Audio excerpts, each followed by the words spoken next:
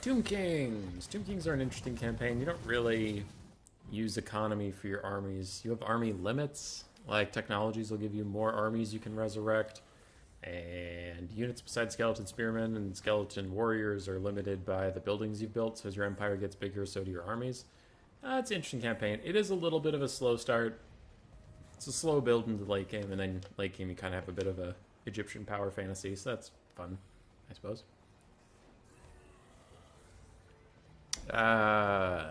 Chariots, monsters. That's about it, actually. Chariots and monsters. Your infantry aren't that interesting. You have one archer, so yeah, I mean, it's fun. It's not my favorite, but it is fun.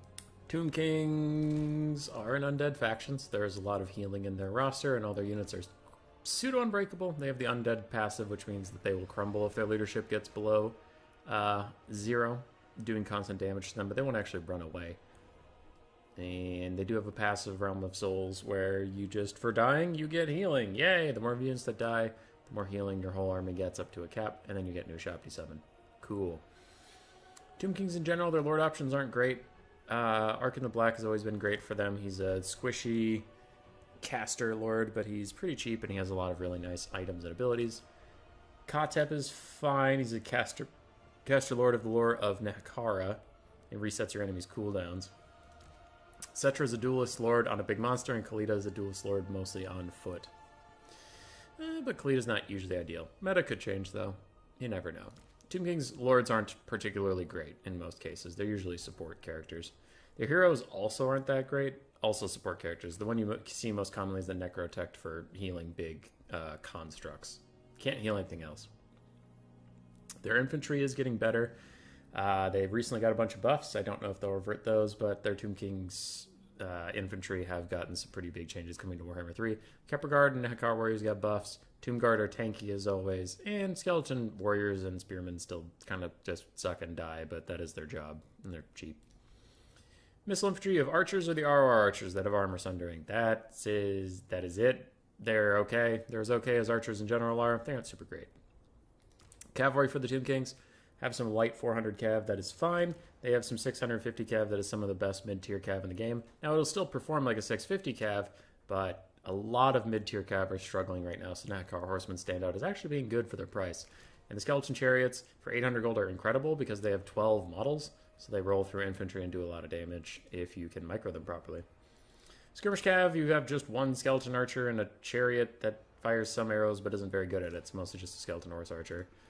Flying Squad, you literally only have the carry, and I don't think anything else on this roster flies. You are noticing the roster is pretty bare bones. Ha! Got him. Pretty bare bones up until now. Constructs is where a lot of their unit variety lies. You'll be seeing a lot of them in campaign, but online they struggle. Ushapti Great Bows are incredible. They have Sparkle Stalkers that are pretty good at ambushing large targets, but most of the big single entities are overpriced and kind of garbage. Kind of. And the Necropolis Knights are usually too slow to make a difference, and they're more tanky than they are damage dealing, which for like 1,400 and 1,600 gold apiece, that's a lot. Yeah. Their effective roster is very small. You usually see like the same 8 units. Casket of Souls and Screaming Skulls Catapults are both good at clearing out large amounts of infantry, just at different ranges and different armor values. If you're playing as Tomb Kings, when the lore passive isn't bugged, the Lore of Nakar passive is actually rather powerful. Restless Dead gives your whole army regeneration whenever you cast spells. So you can cast a bunch of cheap spells and heal up your whole army, keep them grinding away. Aside from that, it currently is bugged. It gives infinite ammunition to all your units, which is banned in tournaments. So Ark in the Black is currently a popular choice. He is also quite good with Spirit Leech and summons and stuff. He's just generally safe. Usually you'll just have a Caster Lord, no heroes, and then you'll have a very, very wide army. Tomb Guard can hold forever and protect Ushapti Great Bows. Or if you're rushing the enemy, Nahakar Warriors will do you pretty good. Have a frontline mixed of them and Skeleton Warriors and Spearmen. Chariots help kill infantry. You will want some Nahakar Horsemen in most cases to contest enemy cav, because without it, your Ushapti Great Bows can get run over, and Chariots are terrible at fighting cav. Especially if you pair it with either, I mean, Spirit Leech is always fine, but Joff's Cursed Blades, if you overcast it, gives bonus versus large. So you can actually make Nakar Cav trade okay. These are your bread and butter. almost in any meta, any patch, Chosen of the Gods, the Ushopti Great Bows, or regular Ushopti Great Bows will do most of the carrying for you. They can kill large targets, they can kill enemy artillery, enemy cav, anything like that. And the infantry grind you're just going to leave up to your faction-wide healing and just the slow grind of death, plus chariots. So, protect your Ushopti Great Bows, stay safe, stay healthy, my friends. If you really need to kill a single entity, infantry or otherwise, Tomb Scorpions do okay. I personally don't like them, but I see a lot of good Tomb Kings players take Tomb Scorpions, 1 or 2. And if you do take a number of constructs you want to heal them, Necrotect is a must. But if you have just 1 Tomb Scorpion, he's probably fine without healing. Tomb Kings. Now to play against them, I mean, I was pretty brief about how to play with them, and the same goes for playing against them. You largely know what they're going to do. They're going to either rush you with chariots and infantry, or they're going to stand back with defensive infantry and Ushopti Great Bows. There's also a couple large monsters they can send running around, but they're mostly tanky and not doing damage, so you don't have to worry about them too much.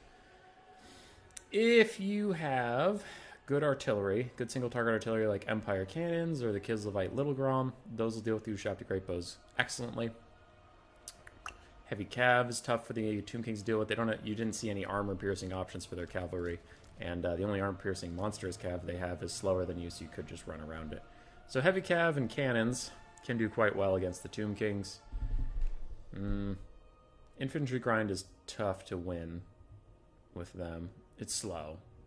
It's slow. Maybe like Norska can do it. Norska and Chaos can do it, but a lot of the mortal factions lack the real punching power to get through the front line fast enough to consider that a viable strategy. For spells, the Lore of Fire is incredible versus the Tomb Kings. I think their basic units used to just have weakness to fire. I don't think they do anymore, but still, they're low armor. So, Lore of Fire is pretty good. For Burning Head,